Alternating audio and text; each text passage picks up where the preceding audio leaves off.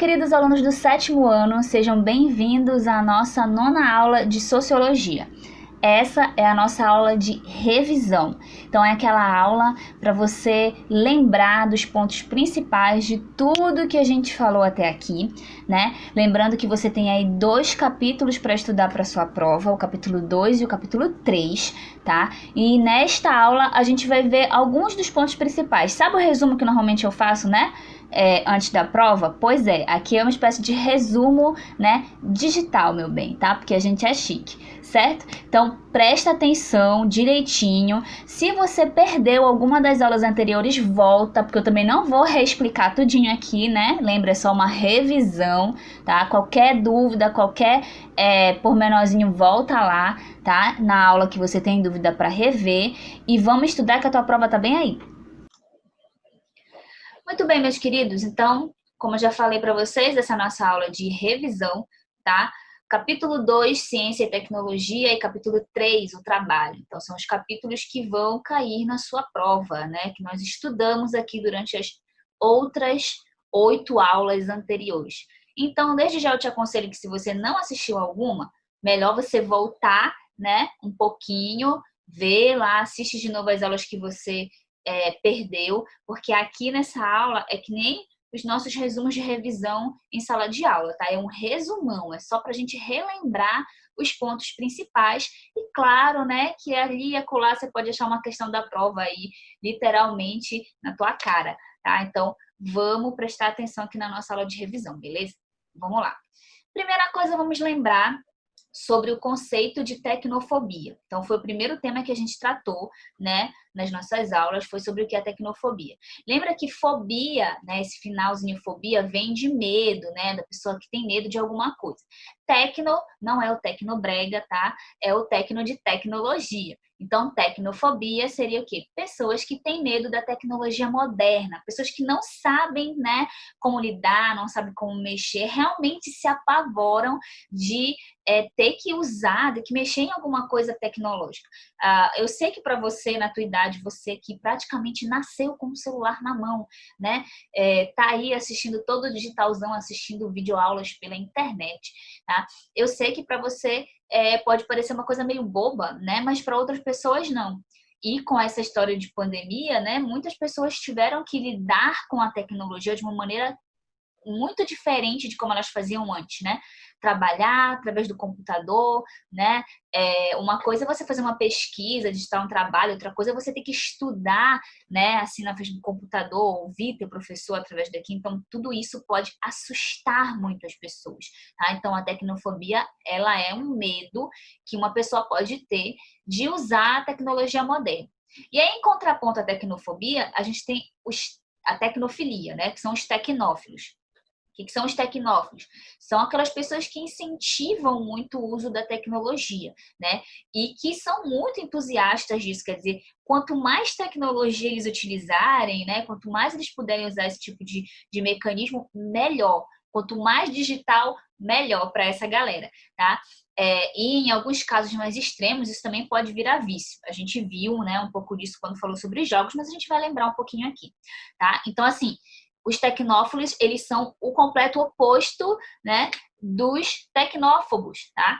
Os tecnófobos são aquelas pessoas que têm receio de usar tecnologia. Então, eles têm resistência, ou porque eles não conhecem, né, ou por medo mesmo de ter suas informações vazadas, a sua privacidade invadida, né, não confia de jeito nenhum, né, em alguém que fala com ele por computador, né, ou um atendente digital, nem nada disso. Então, essas pessoas são tecnófobos, tá? Então, os tecnófilos, eles são o oposto dos tecnófobos. Então, tecnofobia é a pessoa que tem, as pessoas, né, que têm medo da tecnologia moderna. A tecnofilia, se ela é o oposto, então, ela vai tratar justamente das pessoas que gostam muito de usar, né, que são verdadeiros entusiastas, né, da utilização da tecnologia para absolutamente tudo. E aí, dando continuidade a esse assunto, né, nós levantamos a questão se a tecnologia ela afasta ou se ela aproxima as pessoas, tá? E aí nós conversamos, né? Pelo menos eu falei com vocês, espero que vocês tenham me respondido, tá?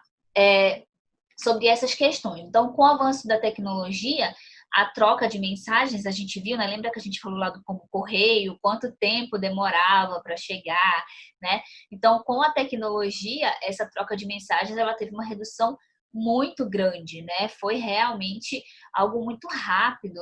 As pessoas trocam mensagens muito rapidamente hoje em dia.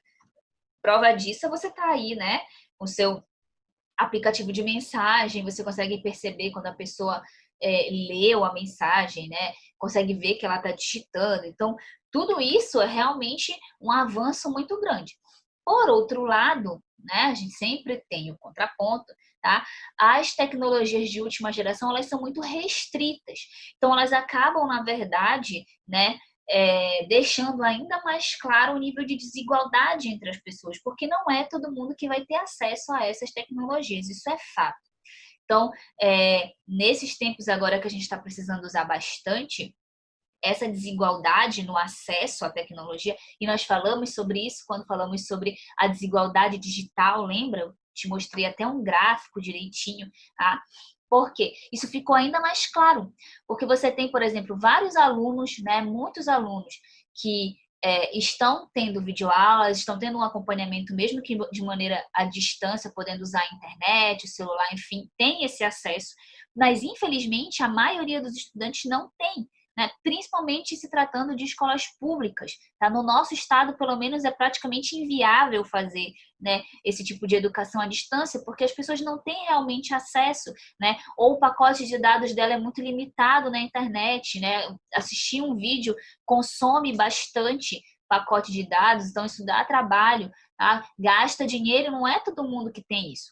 Né? Logo, a tecnologia, apesar, né, de ter evoluído bastante, de nos ajudar muito, ela acaba sendo possível de ser plenamente acessada, plenamente utilizada, né, por quem tem alto poder aquisitivo. Né? Acaba que as pessoas de baixa renda não têm acesso a toda esta tecnologia, certo?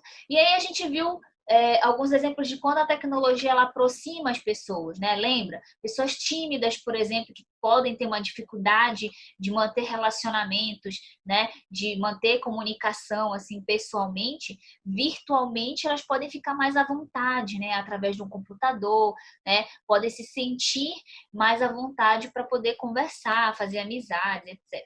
Tá?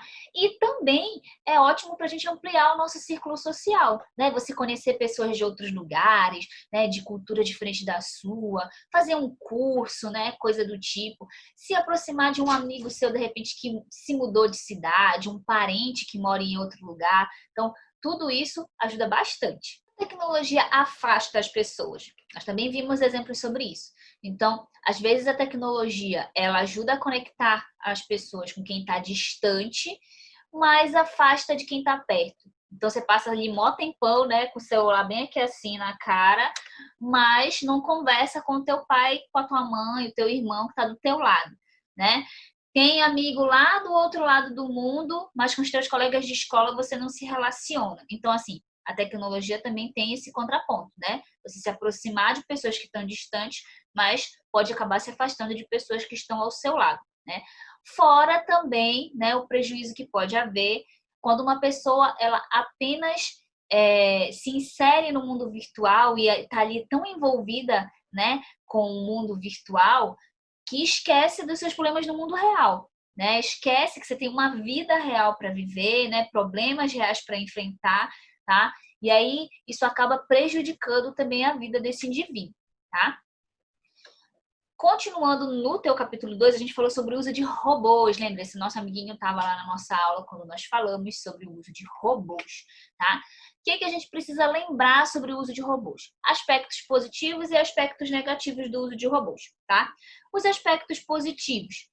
Robôs podem ser utilizados em trabalhos que necessitem de muita precisão, né? Ou que tem que ser feito em grande demanda. Você não permite, por exemplo, que o ser humano tenha uma precisão tão milimétrica, por exemplo, né, para um corte ou para colocar uma peça. Nós vimos, por exemplo, que na medicina muitos robôs são utilizados, porque às vezes você precisa de cirurgias que são, assim, milímetros para o corte, para que o médico não corte uma veia errada, né? Não faça um procedimento errado. E aí, os robôs ajudam nisso também. Também em fábricas, quando você tem grandes demandas de produtos, né? Os robôs fazem esses produtos de maneira mais acelerada do que o ser humano. Mas qual é o aspecto negativo do uso de robôs, principalmente na sociedade, tá? Ainda há muita resistência com relação ao uso de robôs em alguns setores, então, tipo, na medicina, em indústria, as pessoas aceitam de boa, sem problema, tá? Mas daí quando você começa, por exemplo, a usar robôs nos serviços, né, quer dizer, tipo, substituir a mão de obra humana, um atendente humano, por exemplo, por um atendente que é um robô, isso normalmente provoca nas pessoas uma grande estranheza e uma preocupação grande também, porque você vai substituindo a mão de obra humana pela robótica. E isso pode provocar desemprego, porque afinal de contas, aquele lugar ali, por exemplo, de um garçom, de um atendente, poderia estar sendo ocupado por uma pessoa e tá um robô, né? Então, para o empresário, pode parecer muito bom, porque afinal de contas, o robô não faz greve, o robô não te coloca na justiça, né? O robô não tem direitos a serem pagos para ele, né? Então, se pensar só nessa linha de raciocínio, parece que faz sentido.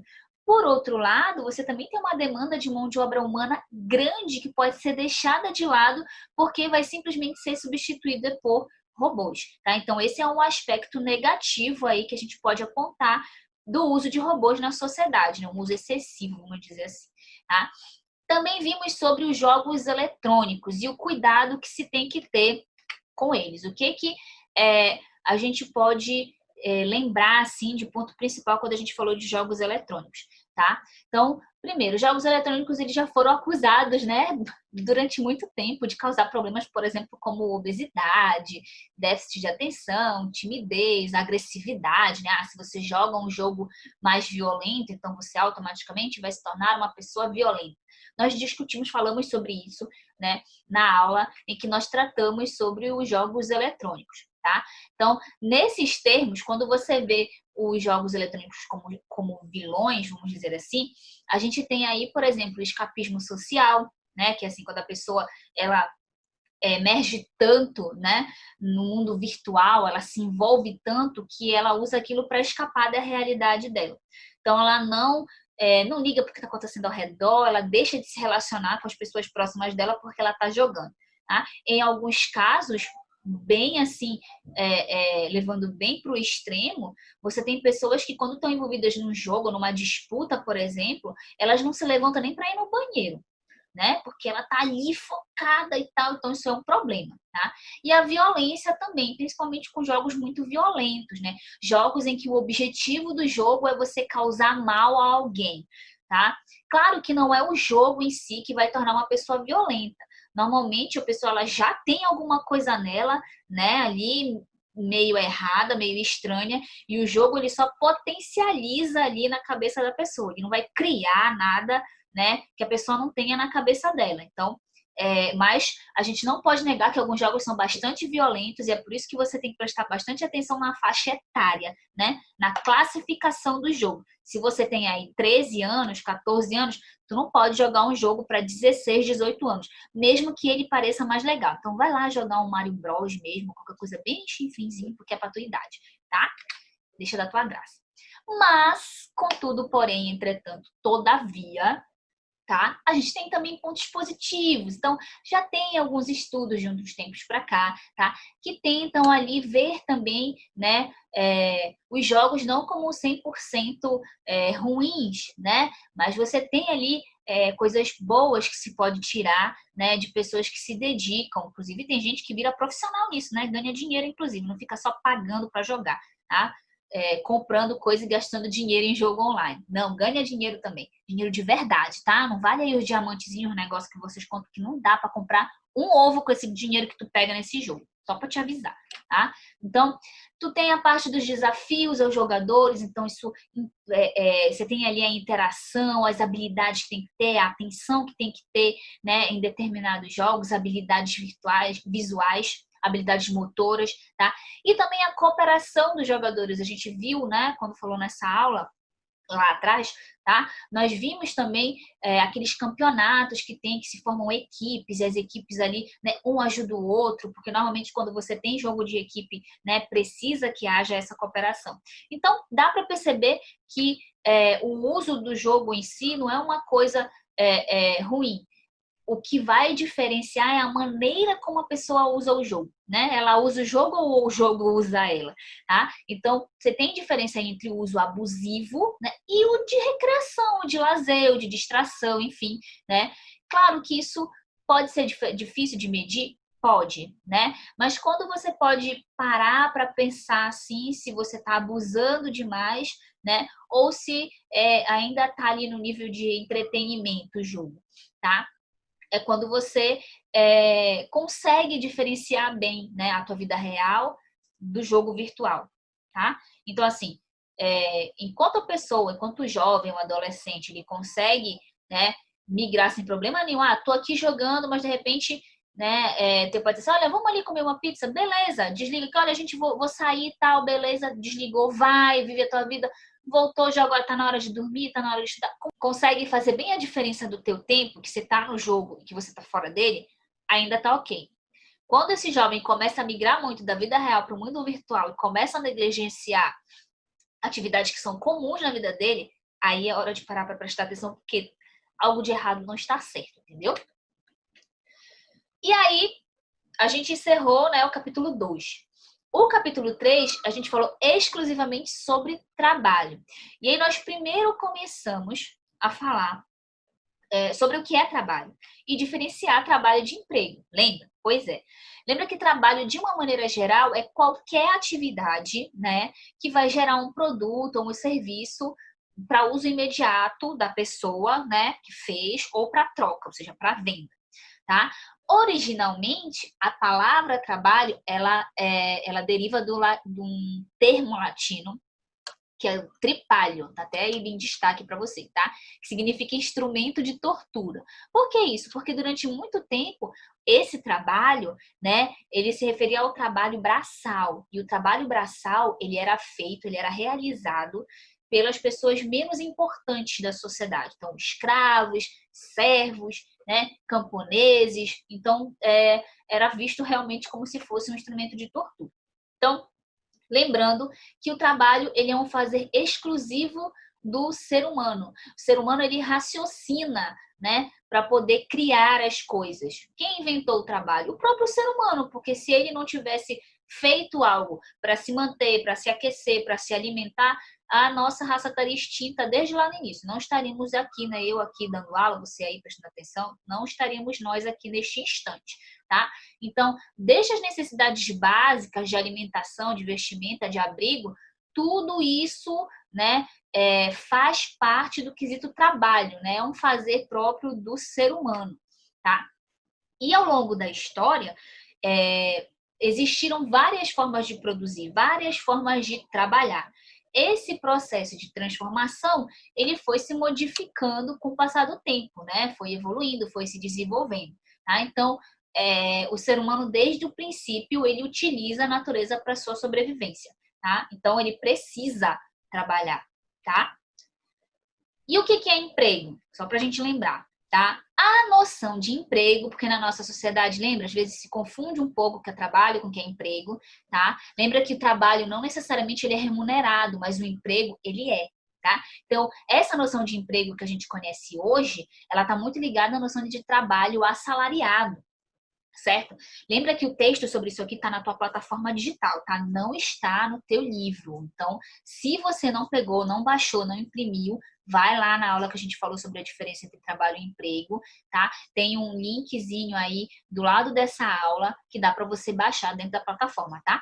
Dá para você baixar ali de boas o material que tá lá para ser impresso ou você baixar para o seu celular, tá? Não tá no teu livro essa diferença aqui entre trabalho e emprego, só para lembrar, tá? Então, O emprego, ele está ligado à ideia de trabalho assalariado, e o trabalho assalariado, ele é um dos pilares da sociedade capitalista. Então, ali depois da Revolução Industrial, com a Revolução Industrial, na verdade, né, essa noção de emprego que vai vir, né? É ali um acordo, um contrato entre uma pessoa que tem a sua força de trabalho para vender e um empregador, um patrão que está ali, que precisa daquela mão de obra porque ele tem todo o material, mas ele não tem quem faça.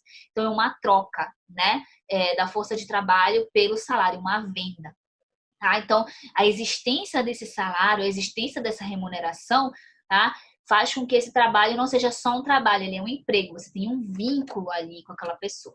Tá? Partindo desse princípio, nós vimos que todo trabalho todo emprego é um trabalho, mas nem todo trabalho é um emprego. Tá? Por quê? Porque o trabalho ele pode perfeitamente não ser remunerado. Uma dona de casa, por exemplo, ela faz as coisas em casa para ela, para a família dela, mas ela não recebe necessariamente um salário por isso. Às vezes ela não recebe nem muito obrigada, né? Presta atenção nisso, ok? Então não é um emprego para ela, é um trabalho, tá? Porque ela está exercendo ali toda a sua capacidade física, intelectual, para manter as coisas organizadas, manter tudo em ordem, etc. Tá? Já o emprego, ele é um trabalho, claro que ele é um trabalho, né? Porque a pessoa está ali também exercendo força física, intelectual, né? Para exercer a sua função ali. Mas ela recebe uma remuneração, e é justamente isso, né, que caracteriza como emprego. Então, trabalho é todo esforço físico e ou intelectual do ser humano com o intuito de modificar algo na natureza em prol de si mesmo. Enquanto o emprego envolve a relação entre patrão e empregado, a venda da força de trabalho em troca de um salário, tá? Tem uma carga horária específica, tem um vínculo particular, né? Assina carteira ou é por um contrato, enfim, tá? Mas tem toda uma relação que é mais legal e normalizada do que o trabalho. Tá? E aí nós vimos, né, já a partir daqui você tem o texto no seu livro, sobre o papel da mulher no mercado de trabalho. Nós falamos sobre a questão da cultura predominantemente machista que a gente tem na nossa sociedade, que durante muito tempo inferiorizou a mulher, durante muito tempo tratou ela como alguém inferior ao homem, né, que não trabalhava ou que dependia diretamente do homem. Não estou falando mal de, né, mulheres que por escolha própria, tá, hoje escolhem ficar em casa, se dedicar ao seu lar, né? E não tem problema nenhum com isso. Não. O problema é quando a mulher era forçada a isso mesmo quando ela não queria. E aí é que tá, né, a parte ruim, tá?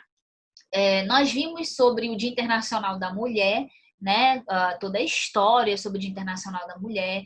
Tá? A mulher, quando ela vai ao mercado de trabalho, ela começa a trabalhar ali também junto com o homem depois da Revolução Industrial, né? Se precisa de mão de obra, então essa mão de obra feminina está lá, sofre bastante porque às vezes ela está fazendo a mesma função de um homem e ela recebe menos, certo? Inclusive, justamente o dia 8 de março, né, que a gente comemora o Dia Internacional da Mulher, ele é um dia emblemático porque ele lembra, né, a história lá das 129 mulheres que trabalhavam numa indústria têxtil americana e que resolveram grevar, né? Greve como qualquer outro trabalhador, porque já tinha tido greve em várias outras fábricas, não foi uma coisa que elas inventaram, tá? Já faz isso desde o século XIX. Então, elas grevaram, né, ali reivindicando melhores condições de trabalho, um melhor salário, um estabelecimento de uma jornada de trabalho adequada, enfim. E o que aconteceu foi que os donos trancaram elas dentro da fábrica e tacaram fogo na fábrica com elas dentro. Então, esse momento horrível, ruim, é o que deu origem ao Dia Internacional da Mulher. É um dia para ser lembrado, em que a mulher deve ser homenageada, sim, mas que principalmente tem que se lembrar que ainda existe, né, muita diferença e desigualdade aí de gênero nessa questão do trabalho, tá? E a gente viu também sobre a questão da dupla jornada de trabalho feminina, que é o quê? A mulher, ela saiu de casa para trabalhar, ok? Quer trabalhar? Beleza. Mas, em compensação, o trabalho doméstico continuou sendo o serviço dela, né? Continuou sendo o trabalho dela. Por quê? Porque o homem não ia fazer, né? Então, essa dupla jornada de trabalho feminina também é uma maneira de explorar a mulher, né? Porque às vezes ela chega cansada do trabalho e ainda tem que cuidar da parte doméstica da casa, tá? Então, nós falamos sobre isso nessa aula também.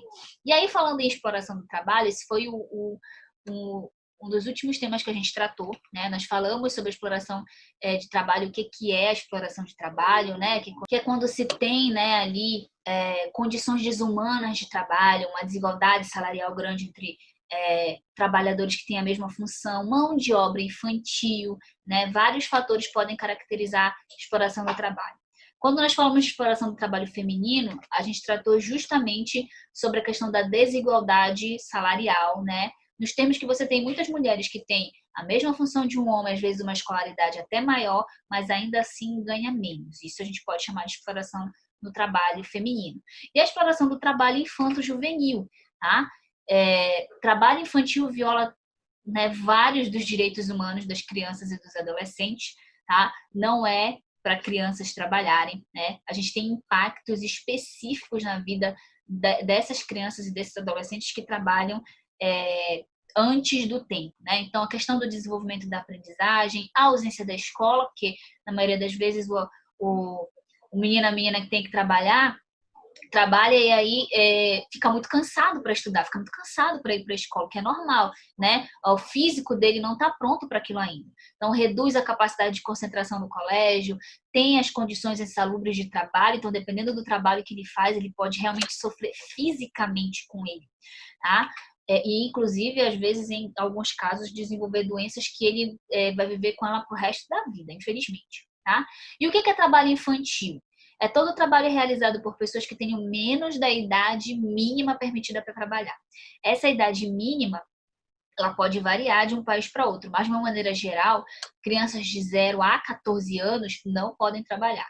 No Brasil, a partir dos 14, você pode ser aprendiz, né? Nós vimos sobre isso, certo? Dentro desse tema da exploração do trabalho, nós falamos sobre trabalho escravo. Lembra? O que é a escravidão? É a forma de trabalho forçado, né? Então, o controle de uma pessoa sobre outra, ou de um grupo sobre outro. Então, o trabalho escravo, ele vai se configurar como um trabalho degradante. O trabalho degradante aliado lá ao cerceamento da liberdade. Lembra que é cerceamento da liberdade? Né? A pessoa está trabalhando ali, ela não poder sair daquele local, porque ela está sofrendo ameaça física, porque ela sofre terror psicológico, né? Ela tem ali a apreensão dos documentos dela para que ela não vá embora. É colocada num local muito distante, né, de qualquer outra cidade, qualquer lugar que ela possa pedir ajuda. Tudo isso é cerceamento da liberdade e caracteriza trabalho análogo ao escravo, ou que algumas pessoas também chamam de escravidão moderna, tá? Lá no nosso Código Penal, nós vimos isso no artigo 149, ele vai definir o que é o trabalho análogo ao escravo. Então, trabalho que as pessoas estão submetidas a trabalhos forçados, jornadas de trabalho muito grandes, né, que possam causar danos físicos à pessoa, tá? Ela fica impedida de se locomover, de sair daquele lugar, porque ela está sendo ameaçada, está sendo obrigada a ficar ali. E tem pena, né, além de multa, tem pena também de reclusão para pessoas que provocam que fazem esse tipo de coisa com as outras. E nós finalizamos falando sobre segurança do trabalho, tá? Lembra que segurança do trabalho ele é o conjunto de medidas que são adotadas pelo empregador para evitar, ou pelo menos para minimizar, né, os impactos na vida daquele trabalhador enquanto ele está exercendo ali a sua função. Então, acidentes de trabalho, doenças ocupacionais, tá? Então, para proteger a integridade daquele empregado. Percebe que é bem diferente, né, do trabalho escravo. Nós falamos sobre isso na última aula, tá? E para que essas medidas elas possam ser feitas, realizadas, vão se aplicar no ambiente de trabalho. Medidas de higiene, né? Agora, então, as medidas de higiene elas têm que ser muito mais rigorosas. Controle de riscos, né? Ali, controle para incêndios e explosões. Fiscalização, né? Para que os empregados estejam realmente usando os EPIs, tá? Treinamentos e por aí vai, certo? Então, esse foi o nosso último tema, tá? Do capítulo 3, ok? Eu espero que você tenha prestado bastante atenção, tá? Que essa aula tenha servido para você relembrar bem aí, tirar as suas dúvidas, qualquer dúvida que possa ter ficado anteriormente. Se ainda ficou alguma dúvida, manda pra gente que a gente tenta responder, tá? Entre em contato aí, nem que seja através da coordenação, não tem problema, tá? Antes de fazer a tua prova. tá bom? Então, presta bem atenção aí na atividade de recuperação, não, que isso, gente, isola, né? Presta bem atenção na atividade de revisão que tem aí, tá, na tua plataforma para você fazer. Estuda, tá? Te concentra para fazer essa prova, beleza? E o simulado também. Então, até a próxima. Espero que a gente se veja logo.